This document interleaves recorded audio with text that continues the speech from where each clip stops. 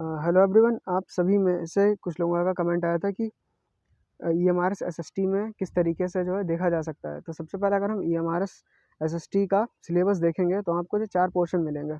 सबसे पहला हिस्ट्री है, उसमें दूसरा है जियोग्राफी, तीसरा सिविक्स है, चौथा इकोनॉमिक्स है। ठीक है। अगर हम बात करें हिस्ट्री वाले पोर्शन की तो उसमें उन्होंने कुछ वर्ल्ड हिस्ट्री है वो दे रखी है। बाकी जो इंडियन हिस्ट्री है उसमें जो है 1987 रेवोल्यूशन है। बाकी जो है फ्रीडम जो 1947 जो स्वतंत्रता आंदोलन वगैरह है वो सब दे रखा है ना। तो इसमें क्या है कि आपको जो है जो फैक्चुअल क्वेश्चंस हैं या जो भी इससे संबंधित घटनाएं हैं वो मिलेंगी आपको। क्वेश्चन जो है इसमें हल्के नहीं मिलने वाले, है ना। वो इसमें ये पूछ सकता है जैसे कि असहयोग आंदोलन में जो है इसमें से कौन कौन से कारण थे, असहयोग आंदोलन में क्या हुआ था, या जैसे कि असहयोग आंदोलन के इनमें से कौन कौन से कारण हो सकते थे, है ना। इस तरीके के बाकी 1857 के इनमें से कौन कौन से फेल होने के कारण थे। तो इस तरीके के क्वेश्चन जो है वो आपको देखने को मिल सकते हैं। अगर हम बात करें जियोग्राफी की तो जियोग्राफी में क्लाइमेट हो गया आपका, ये जो वेदर्स हो गए या जो भी उन्होंने टॉपिक दे रखा है उसके ही अंतर्गत आपसे पूछेगा, बाहर कुछ नहीं पूछेगा। KVS NBS और जो EMRS का है ना, तो इसमें क्या है कि जो सिलेबस स्पेसिफिक चीज़ें ही पूछते हैं, ये आउट ऑफ सिलेबस जो है वो नहीं पूछते हैं। क्या बताएं यार, 4 वाले वो भी उड़ रहे हैं, है ना। खैर, फिर उसके बाद जो है आपका अर्थव्यवस्था वाला पोर्शन है। तो अर्थव्यवस्था में भी जो है जो उन्होंने टॉपिक्स दे रखे इकोनॉमिक्स में जो है ना, तो वही वो पूछेंगे।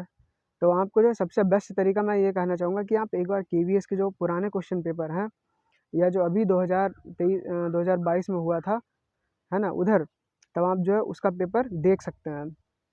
तो उससे जो है आपको एक अंदाज़ा मिल जाएगा। बाकी NBS का जो पेपर है वो उठाइए, क्योंकि जो EMRS है और जो NBS है वो pattern same to same follow कर रहा है। क्यों कर रहा है? क्योंकि इसमें इंटरव्यू भले ही नहीं है, लेकिन जो है 1/4 नेगेटिव मार्किंग है, या जो इंग्लिश वाला पोर्शन है उसमें आउट ऑफ 4 लाना जो है वो ज़रूरी है, आउट ऑफ 10 आउट ऑफ 4 लाना ज़रूरी है ना। तो कहीं ना कहीं जो पैटर्न फॉलो हो रहा है वो NBS का कर रहा है। तो आप जब NBS के क्वेश्चंस देखेंगे तो आपको एक अंदाज़ा लग जाएगा कि किस तरीके से क्वेश्चन जो है वो हमसे बन सकता है।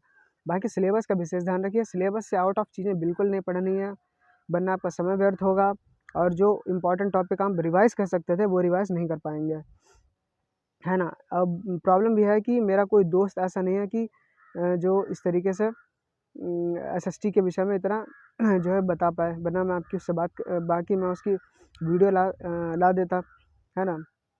क्योंकि मेरा सब्जेक्ट हिंदी है, लेकिन जहाँ तक अंदाज़ा है या क्योंकि हमने जो है BA हिस्ट्री से किया है और बाकी जो JNU का एग्ज़ाम हमने दिया था, है ना, तो उसमें जिस तरीके से प्रश्न आए थे हम उसके ही अनुसार बता रहे हैं, क्योंकि इसका भी पेपर NTA ही करवाता है। तो NTA जो है जो एंट्रेंस लेवल है वहाँ पर जो चीज़ें अलग होती हैं। अब यहाँ पर क्या है कि आपको जो होता है ना टीचिंग एप्टीट्यूड वगैरह है वो भी पढ़ना है ना। तो इसमें जो ज़्यादा हार्ड तो नहीं रखेगा, लेकिन हाँ फैक्चुअल चीज़ें हैं या जो उन्होंने टॉपिक्स दिए हैं उससे रिगार्ड ज़रूर क्वेश्चन पूछेगा। ठीक है, बाकी आप अपना अच्छे से तैयारी करिए। All the best.